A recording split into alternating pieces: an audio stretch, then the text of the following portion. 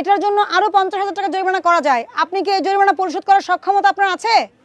তাহলে আপনাকে বাজার থেকে উঠে যেতে হবে, দোকান বন্ধ হয়ে যাবে, মালামাল নিলামে উঠে যাবে। তাহলে আপনার কি এগুলো করানো উচিত? আইন ভঙ্গ করা উচিত? আপনি যে কথাটা বলেছেন যে কোম্পানি আপনাকে তেল দিয়েছে এটা 852 টাকার সঙ্গে অন্যান্য জিনিস দিয়েছে, কোম্পানির কাছে আমরা ইনভেস্টিগেশন করেছি, ওনারা বলেছে যে আমরা অনুরোধ করি নেওয়ার। তারা কি বলেছে তেলের মূল্য আপনাকে বাড়াই দিয়ে বিক্রি করতে? এটা বলেছে কিনা? হ্যাঁ, এটার গায়ে মূল্য দেওয়া আছে না? খোলা পণ্যের মূল্য ওঠানামা করে, যেটা গায়ে একবার মূল্য ছাপা হয়ে যায় সেটা আর স্টক শেষ হওয়া পর্যন্ত পরিবর্তনযোগ্য না। আমি কি আপনাকে বোঝাতে পারছি?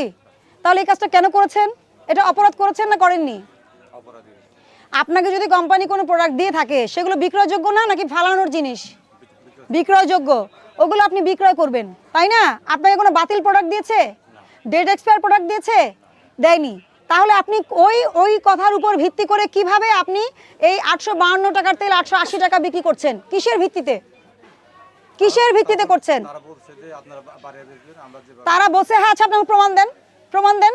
আপনি যদি প্রমাণ দেন আপনাকে আমি ছেড়ে দিব, আর প্রমাণ যদি দিতে না পারেন আপনার জরিমানা হবে এবং প্রতিষ্ঠান বন্ধ হয়ে যাবে। আপনার কথা কি আমি এভাবে বিশ্বাস করার সুযোগ আছে? যদি আমি বিশ্বাস করতাম লোকজন ফোন দিয়েছে তাহলে তো আমি রেকি করাতাম না, তেলটা কেনাতাম না। আমি তেলটা কিনেছি কেন? আপনাকে হাতে নাতে ধরার জন্য, যাতে আপনি অস্বীকার করতে না পারেন। আপনার কাছে এমন কোনো প্রমাণ আছে?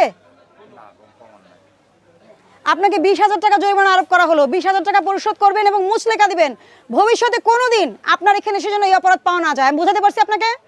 বোঝাতে পারছি?